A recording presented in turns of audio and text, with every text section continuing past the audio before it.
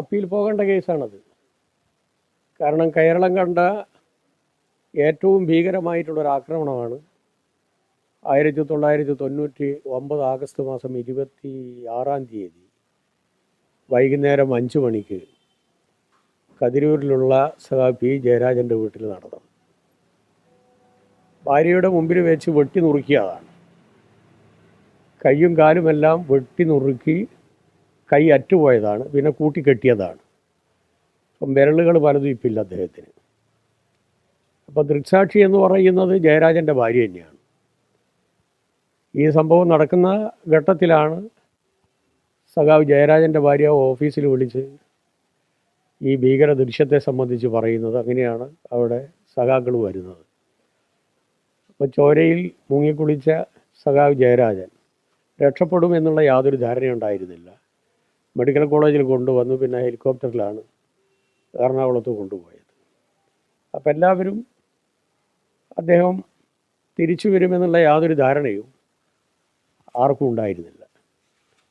ഏറ്റവും നല്ല ഒരു കേസ് എന്നുള്ള നിലയിൽ ഏതാണ്ട് 21ഓളം വിറ്റ്നസ്സും അതുപോലെ തന്നെ 10-30ഓളം മെറ്റീരിയൽ ഓബ്ജക്റ്റും അനുബന്ധമായിട്ടുള്ള എല്ലാ തെളിവുകളും വെച്ച് ബഹുമാനപ്പെട്ട സെഷൻസ് കോടതി 9 പ്രതികളിൽ 3 പ്രതികളെ വിട്ട് 6 പ്രതികളെ 10 വർഷത്തേക്ക് കഠിന തടവിന് ശിക്ഷിച്ചതാണ്. എല്ലാ തെളിവും ബഹുമാനപ്പെട്ട വിചാരണ കോടതിയുടെ മുമ്പിലുള്ള സാഹചര്യത്തിൽ സ്വാഭാവികമായും ഈ 3 പ്രതികളെ വിട്ടയച്ചത് ശരിയല്ല, അവരെ കൂടി ശിക്ഷിക്കേണ്ടതാണ് എന്ന് പറഞ്ഞുകൊണ്ട് ജയരാജൻ ബഹുമാനപ്പെട്ട ഹൈക്കോടതിയുടെ മുമ്പാകെ ഒരു റിട്ട് അപ്പീൽ കൊടുത്തു. സ്വാഭാവികമായും പ്രതികളും കൊടുത്തു. ആ കേസിൻ്റെ വിചാരണയുമായി ബന്ധപ്പെട്ടുകൊണ്ട് ജയരാജൻ ചില ആശങ്കകൾ പ്രകടിപ്പിച്ചിരുന്നു. അതാണ് ഇന്ന് പത്രങ്ങളിൽ വന്നത്. അത് നമ്മളെല്ലാം ആശങ്കപ്പെടുത്തുന്നതാണ്. അപ്പോൾ സ്വാഭാവികമായും നമുക്കറിയാം, ഒരു നല്ല സന്ദേശം ഇപ്പോൾ ജുഡീഷ്യറിയുടെ ഭാഗത്തുനിന്ന് പൊതുവിലുണ്ടാകുന്നുണ്ട്. പ്രത്യേകിച്ച് നമ്മുടെ രാജ്യത്തിൻ്റെ ഭരണഘടനയും ജുഡീഷ്യറിയും വെല്ലുവിളിക്കപ്പെടുന്ന സാഹചര്യത്തിൽ എന്ത് വില കൊടുത്തും ഈ സ്ഥാപനങ്ങളെ സംരക്ഷിക്കുക എന്ന മുദ്രാവാക്യമാണ് പൊതുവിൽ ജനങ്ങൾ ഏറ്റെടുത്തിട്ടുള്ളത്. LDFും അതുപോലെ തന്നെ CPIഎമ്മും ഇന്ത്യൻ ജുഡീഷ്യറിയുടെ ഓട്ടോണമിയും ഇന്ത്യൻ ഭരണഘടനയും സംരക്ഷിക്കുന്നതിന് വേണ്ടി ഏതറ്റം വരെയും പോകും എന്നുള്ളത് പ്രഖ്യാപിക്കുകയും ചെയ്തതാണ്. അടുത്ത കാലത്തുള്ള ചില വിധികളും വിയോജിപ്പുണ്ടെങ്കിൽ പോലും ശ്രദ്ധേയമായ പല വിധികളും പൊതുസമൂഹത്തിൻ്റെ നല്ല അംഗീകാരം വാങ്ങിയതാണ്. ഇടക്കാലത്ത് നടന്ന പ്രമാദമായ ഒരു കേസുമായി ബന്ധപ്പെട്ടുകൊണ്ടുള്ള വിധി സെഷൻസ് കോടതി വിട്ടയച്ച ആൾക്കാരെ അടക്കം ശിക്ഷിക്കുന്നതിനും ശിക്ഷിച്ച പ്രതികൾക്ക് കൂടുതൽ ശിക്ഷ കൊടുക്കുന്നതിനുമുള്ള അതിശക്തമായിട്ടുള്ള ഒരു തീരുമാനത്തിലേക്കാണ് ബഹുമാനപ്പെട്ട ഹൈക്കോടതി പോയത്. അത്തരമൊരു സാഹചര്യത്തിൽ ഭാര്യയുടെ മുമ്പിൽ വെച്ച് അതിക്രൂരമായി കഷ്ണമാക്കിയ ഒരു പാർട്ടിയുടെ നേതാവിൻ്റെ പൊതുപ്രവർത്തകൻ്റെ ജീവൻ ഏതാണ്ട് അപകടപ്പെടുന്ന സ്ഥിതിയിലെത്തിയ ഘട്ടത്തിൽ എങ്ങനെയോ രക്ഷപ്പെട്ടു. അതിൻ്റെ എല്ലാ വശങ്ങളും ബഹുമാനപ്പെട്ട സെഷൻസ് കോടതി പരിശോധിക്കുകയും ചെയ്തു. നിർഭാഗ്യവശാൽ ബഹുമാനപ്പെട്ട ഹൈക്കോടതി പ്രതികളെ വിട്ടിരിക്കുകയാണ്. അതിൽ ഒരു പ്രതിയെയാണ് ശിക്ഷിച്ചത്. അത് തന്നെ 1 വർഷമാണ്. അപ്പോൾ ഇതിൻ്റെ ഉള്ളടക്കത്തിലേക്കൊന്നും ഞാൻ കിടക്കുന്നില്ല. ഏതെങ്കിലും ഒരു ജഡ്ജിയെ വ്യക്തിപരമായി ഒരിക്കലും ഞാൻ കുറ്റപ്പെടുത്തിയിട്ടില്ല. ജുഡീഷ്യറിയോടും ജഡ്ജിമാരോടൊക്കെ വലിയ ബഹുമാനവും ആദരവുള്ള ഒരാളാണ് ഞാൻ. പക്ഷേ ജയരാജൻ ഉയർത്തിയിട്ടുള്ള പ്രശ്നം അത് ഗൗരവമുള്ളതാണ്. മാത്രവുമല്ല, വിചാരണേൻ്റെ ഇടയിൽ തന്നെ ആശങ്ക പ്രകടിപ്പിച്ച് ജയരാജൻ ബഹുമാനപ്പെട്ട ഹൈക്കോടതി ചീഫ് ജസ്റ്റിസിന് കത്തയക്കുകയും ചെയ്തതാണ്. അപ്പോൾ അത്തരമൊരു സാഹചര്യത്തിൽ എന്തായാലും ഇത് അപ്പീലിന് പോകേണ്ട കേസാണ്. പ്രോസിക്യൂഷൻ അപ്പീലിന് പോകണം. അതോടൊപ്പം തന്നെ ഇത്തരം വിധികൾ വരുന്ന സമയത്ത് സ്വാഭാവികമായും നമ്മുടെ പൊതുസമൂഹത്തിൻ്റെ മനസ്സിലുണ്ടാകുന്ന ആശങ്ക അത് വളരെ പ്രധാനപ്പെട്ടതാണ്. ജനങ്ങളെ വിശ്വാസത്തിലെടുത്തുകൊണ്ട് മാത്രമേ ഏത് ഭരണഘടനാ സ്ഥാപനത്തിനും മുന്നോട്ട് പോകാൻ പറ്റൂ. ആ ഒരു സാഹചര്യത്തിൽ നമ്മുടെ രാജ്യത്തിൻ്റെ ഭരണഘടനയും നേരത്തെ ഞാൻ സൂചിപ്പിച്ചതുപോലെ ഇന്ത്യൻ ജുഡീഷ്യറിയും എന്ത് വില കൊടുത്തും സംരക്ഷിക്കപ്പെടേണ്ട ഒരു ഘട്ടത്തിൽ അതിനോട് ഒരു അവമതിപ്പും സംശയം ഉണ്ടാക്കത്തക്ക രൂപത്തിലുള്ള സമീപനം ഒരു രൂപത്തിലും വന്നുകൂടാ എന്നുള്ളതാണ് എൻ്റെ അഭിപ്രായം. അപ്പം ഇതിൽ എന്തെങ്കിലും ബോധപൂർവം ജഡ്ജ് ചെയ്തു എന്നൊന്നും ഞാനിപ്പോൾ പറയുന്നില്ല. കാരണം എൻ്റെ കയ്യിൽ അങ്ങനെയുള്ള യാതൊരു തെളിവുമില്ല. പക്ഷേ ജയരാജൻ കൊടുത്തിട്ടുള്ള ഈ പരാതി അതീവ ഗൗരവമുള്ളതാണ്. അതാണ് ഇന്ന് പത്രങ്ങളിൽ ഇന്ന് വരികയും ചെയ്തിട്ടുള്ളത്. ലോക്സഭാ തെരഞ്ഞെടുപ്പിലെ 20 മണ്ഡലങ്ങളിലും സ്ഥാനാർത്ഥികളെ പ്രഖ്യാപിച്ച് LDF അതിന്റെ പ്രചരണ പ്രവർത്തനങ്ങൾ സജീവമാക്കി മുന്നോട്ട് കൊണ്ടുപോയിക്കൊണ്ടിരിക്കുകയാണ്. അതേസമയം UDF-ലും BJP-ലും സ്ഥാനാർത്ഥി നിർണ്ണയം പോലും പൂർത്തിയായിട്ടില്ല. പൂർണ്ണമായി ഈ സീറ്റുകൾ 20 സീറ്റുകളും പിടിക്കാൻ പ്രാപ്തമായി കഴിഞ്ഞു തവണ LDF. 20 സീറ്റും പിടിക്കും, 20 സീറ്റും പിടിക്കും. അക്കാര്യത്തിൽ യാതൊരു സംശയവും വേണ്ട. കഴിഞ്ഞ നിയമസഭാ തെരഞ്ഞെടുപ്പിൽ ഞാൻ നിങ്ങളോട് പറഞ്ഞതാണ് ഇവിടെ വെച്ചിട്ട് 100 സീറ്റ് 3-ൽ 2 സീറ്റ് LDF നേടും എന്നുള്ളത്. ഇപ്പോൾ മുസ്ലിം ലീഗ് എന്നെ സംബന്ധിച്ചല്ലോ മലപ്പുറത്ത് രക്ഷയില്ല എന്നുള്ളത്. അല്ല, പൊന്നാനിയിൽ രക്ഷയുള്ളൂ, പൊന്നാനി രക്ഷയില്ല, അതുകൊണ്ട് മലപ്പുറം രക്ഷയുള്ളൂ എന്നുള്ളത് കൊണ്ടാണല്ലോ സാധാരണ നിലയിൽ ബഹുമാനപ്പെട്ട ET മുഹമ്മദ് ബഷീർ അദ്ദേഹം പൊന്നാനിയിൽ നിന്ന് മലപ്പുറത്തേക്ക് പോകേണ്ട യാതൊരു ആവശ്യമില്ലല്ലോ, പൊന്നാനി തന്നെ മത്സരിക്കാനോ. അപ്പോൾ പൊന്നാനിയും എഴുതി തള്ളി. അപ്പോൾ മലപ്പുറത്താണെങ്കിൽ ഞങ്ങളുടെ അതിശക്തനായിട്ടുള്ള ക്രിസ്റ്റൽ ക്ലിയർ ചെറുപ്പക്കാരൻ, യുവാക്കളുടെ ആവേശം, കേരളത്തിലെ യുവജന പ്രസ്ഥാനത്തിൻ്റെ അനിഷേധ്യ നേതാവ്, നല്ലോണം പണം പിടിക്കും ലീഗ് UDF. അപ്പോൾ അതടക്കം കിട്ടുമെന്നുള്ളത് തന്നെയാണ് ഞങ്ങൾ വിശ്വസിക്കുന്നത്. ഇപ്പോൾ പാലക്കാടിനെ സംബന്ധിച്ചും ആലത്തൂരിനെ സംബന്ധിച്ചും ഞാൻ പ്രത്യേകിച്ച് പറയേണ്ട ആവശ്യമില്ലല്ലോ.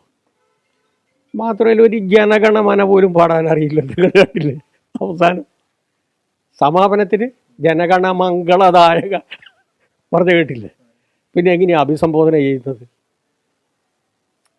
ഏത് ഭാഷയിൽ അഭിസംബോധന ചെയ്യുന്നത്? ഇതുപോലെ മാതൃകാ സഹോദരന്മാരെ നിങ്ങൾ എവിടെയെങ്കിലും കണ്ടിട്ടുണ്ടോ ലോകത്തിൽ?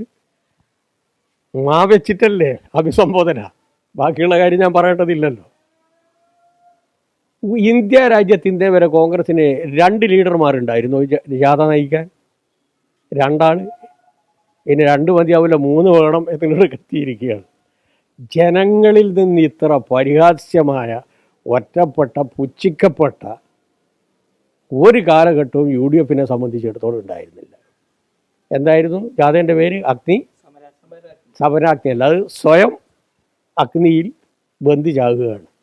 അപ്പോൾ അതുകൊണ്ട് കേരളത്തിലെ ഇടതുപക്ഷ ജനാധിപത്യ മുന്നണിയുടെ ഐതിഹാസികമായിട്ടുള്ള പോരാട്ടമായിരിക്കും ഇനിയുള്ള ദിവസങ്ങളിൽ നിങ്ങൾ കാണാൻ പോകുന്നത്. അതിൻ്റെ മുമ്പിൽ ഇവർക്ക് പിടിച്ചു നിൽക്കാൻ കഴിയില്ല.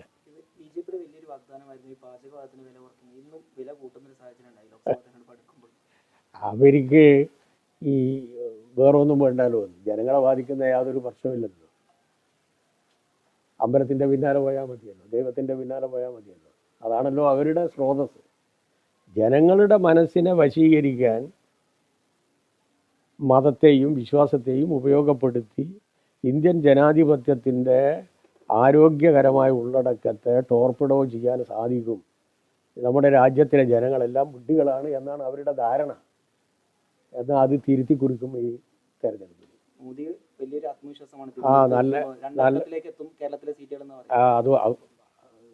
മോഡി കേരളത്തിൽ വന്ന് രണ്ടക്ഷരത്തിലേക്ക് എത്തും എന്നൊക്കെ പറഞ്ഞു കഴിഞ്ഞാൽ മോഡീൻ്റെ വിശ്വാസ്യത എത്രത്തോളം ഉണ്ട് എന്നുള്ളത് കേരളത്തിലെ ജനത മനസ്സിലാക്കി. പറഞ്ഞ പോലെ ഒരൊറ്റ സീറ്റ് കിട്ടില്ല, ഒരു സീറ്റ് കിട്ടില്ല. ഇനിയിപ്പോൾ ഏതെങ്കിലും സീറ്റിൽ കോൺഗ്രസ് BJP സഹായിച്ചാലും കിട്ടാൻ പോകുന്നില്ല. അങ്ങനെയുള്ള ചില ആലോചനകളും അവർ സ്വാഭാവികമായി നടത്തുമെന്ന കാര്യത്തിൽ യാതൊരു സംശയമില്ല. കാരണം 20ലും ഇടതുപക്ഷ ജനാധിപത്യ മുന്നണിയാണ് ശക്തമായി മുന്നേറുന്നതെങ്കിൽ ചില സീറ്റുകളിൽ അവർ അഡ്ജസ്റ്റ്മെൻറ്റ് നടത്തും. അതിനുള്ള മുൻകൂർ ജാമ്യം എടുത്തതാണ് പ്രതിപക്ഷ നേതാവ് ഞങ്ങളും BJPയും തമ്മിലാണ് ബന്ധമെന്ന്. തലക്ക് വെളിവുള്ള ആരും അത് പറയില്ലല്ലോ. പൊതുവിലങ്ങ് മടുത്തു പോയി നിന്നിവരെ. പിന്നെ ഈ ഓരോ ദിവസവും നമ്മളെ കൊടനാടൻ ഇങ്ങനെ ഓരോന്ന് പറയുന്നുണ്ടല്ലോ. ഞാനിപ്പോൾ മറുപടി പറയാറില്ല. കാരണം എന്താണെന്നറിയോ, അയാളുടെ എന്തോ അപകടം അദ്ദേഹത്തിന് പറ്റിയിട്ടുണ്ട്. പ്രത്യേകിച്ച് അയാൾ അനധികൃതമായി കൈവശം വെച്ച 50 സെൻറ്റ് ഭൂമിയുണ്ടല്ലോ, ഇനി വേറെയും ഗവൺമെൻറ് കണ്ടുപിടിക്കാൻ പോകുന്നുണ്ട്.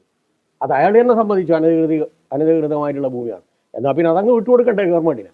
ആദ്യം ആ ഭൂമി അങ്ങ് വിട്ടുകൊടുക്കുക ഗവൺമെൻറ്റിന്. ഞാനിത് ഗവൺമെൻറ്റിന് അവകാശപ്പെട്ട, ജനങ്ങൾക്ക് അവകാശപ്പെട്ട ഭൂമിയാണ്. 50 സെൻറ്റ് ഭൂമി ഞാൻ കൈവശം വെച്ചിട്ടുള്ളത്, അത് തെറ്റായിരുന്നു. അതുകൊണ്ട് ആ രജിസ്ട്രേഷൻ ഞാൻ റദ്ദ് ചെയ്യാൻ തീരുമാനിച്ചിരിക്കുന്നു. ഈ 50 സെൻറ്റ് ഞാൻ ഗവൺമെൻറ്റിന് വിട്ടുകൊടുത്തിരിക്കുന്നു എന്ന് പറഞ്ഞിട്ട് ഇങ്ങോട്ടേക്ക് ആക്ഷേപം ഉന്നയിക്കാൻ പറ.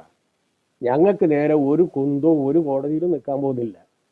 പറഞ്ഞ മനസ്സിലായില്ലേ? വീണക്കെതിരായാലും മുഖ്യമന്ത്രിക്കെതിരായാലും ഒന്നും കോടതിൻ്റെ മുമ്പിൽ നിൽക്കാൻ പോകുന്നില്ല. ഇതുവരെ ഒന്നുമില്ലല്ലോ, വർത്തമാനം പറയലല്ലാതെ. അതുകൊണ്ടാണ് ഞാനൊന്നും ഇപ്പോൾ പറയാത്തത്. ആദ്യം പറഞ്ഞത് എന്തായിരുന്നു? കള്ളപ്പണമാണെന്ന്. ഇപ്പം ഇല്ലല്ലോ, കള്ളപ്പണമാണെന്നില്ലല്ലോ.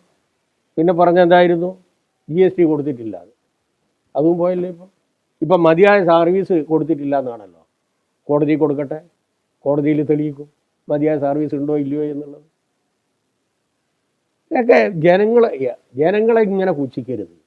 എല്ലാ ദിവസവും ഓരോരോ കടലാസ് കൊണ്ടുവരും, എന്നിട്ട് പറയും ഇതാ ഞാൻ കണ്ടുപിടിച്ചിരിക്കുന്നു. ഇപ്പം അവസാനത്തെ എന്തോന്ന് കണ്ടുപിടിച്ചിട്ടുണ്ട്. എന്താണെന്നറിയോ? KMMൽ നിന്ന് ഈ CMRലേക്ക് ഖനനം ചെയ്ത മണൽ കൊണ്ടുപോയി. അതിൻ്റെ അകത്ത് എന്താ അത്ഭുതം? അവരെല്ലാ ആൾക്കാർക്കും കൊടുക്കുന്നതല്ലേ, അവർക്കും വാങ്ങിക്കൂടെ? CMRൽ ഖനനം ചെയ്തിട്ടുണ്ടോ എന്നുള്ളതാണല്ലോ പ്രശ്നം. അതില്ലല്ലോ. EREയും അതുപോലെ തന്നെ ഇന്ത്യൻ റെയർ എർത്തും അതുപോലെ തന്നെ KMMലും സംസ്കരിച്ച മണൽ അവർക്ക് ആർക്കും വിൽക്കാം, ആർക്കും വാങ്ങാം. എന്നിട്ട് അത് വലിയൊരു പുതിയ കണ്ടുപിടുത്തമെന്നും പറഞ്ഞിട്ടാണ് അതുകൊണ്ട് ഇപ്പം നടക്കുന്നത്.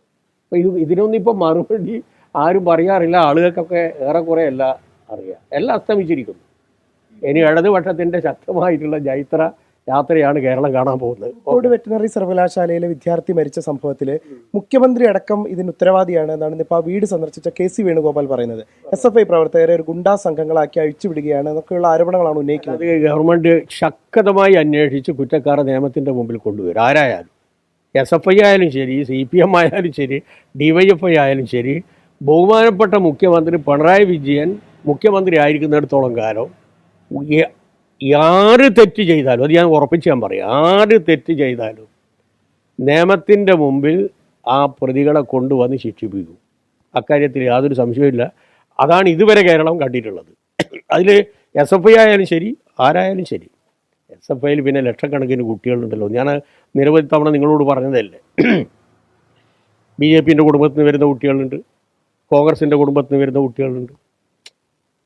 ഇടതുപക്ഷത്തിൻ്റെ കുടുംബത്തിൽ നിന്നോ CPMൻ്റെ കുടുംബത്തിൽ നിന്നോ വരുന്ന കുട്ടികൾ മാത്രമല്ലല്ലോ. അപ്പോൾ സ്വാഭാവികമായും എന്തെങ്കിലും എവിടെയെങ്കിലും സംഭവിച്ചിട്ടുണ്ടെങ്കിൽ അത് പാർട്ടിയുടെ മുകളിൽ നിങ്ങൾ ഇടണ്ട, SFIയുടെ മുകളിലും ഇടണ്ട. SFI ഇതിനോടൊന്നും ഓൺ ചെയ്യില്ല. ഇത്തരം പ്രവൃത്തികളെയെല്ലാം ഡിസോൺ ചെയ്തിട്ടുള്ള പാരമ്പര്യമാണ് ആ സംഘടനയ്ക്കുള്ളത്. അന്വേഷണത്തിൻ്റെ ഭാഗമായി ഒരു പ്രതിയെയും രക്ഷിക്കാനുള്ള നടപടി SFIയുടെ ഭാഗത്തുനിന്നും ഉണ്ടാവില്ല, CPIMൻ്റെ ഭാഗത്തുനിന്നും ഉണ്ടാകില്ല. അത് ഞാൻ പറഞ്ഞല്ലോ, അത് ഉണ്ടാകില്ല എന്നുള്ളതിൻ്റെ നിരവധി തെളിവുകൾ നിങ്ങളിപ്പോൾ കണ്ടല്ലോ. ഇത് ആരോപണം ഉന്നയിച്ചിട്ടുള്ള ആൾക്കാർക്ക് അതിൽ ഉറച്ചു നിൽക്കുന്നതിന് യാതൊരു ബുദ്ധിമുട്ടുമില്ല. പക്ഷെ അതുമായി ബന്ധപ്പെട്ടുകൊണ്ട് ശക്തമായിട്ടുള്ള നിലപാട് ഗവൺമെൻറ് എടുത്തു കഴിഞ്ഞാൽ പിന്നീട് സംശയിക്കരുത്. അത് ഈ കേരളത്തിൽ നിരവധി സംഭവങ്ങളുമായി ബന്ധപ്പെട്ടുകൊണ്ട് ഇപ്പോൾ SFIക്കാരുടെ പേരിൽ തന്നെ എത്ര കേസ് എടുത്തിട്ടുണ്ട്? അറസ്റ്റ് ചെയ്തിട്ടില്ലേ? അതിനൊന്നും ഞങ്ങളാരും ഓൺ ചെയ്തിട്ടില്ലല്ലോ, ഡിസോൺ ചെയ്തിട്ടേ ഉള്ളൂ. ഓക്കെ.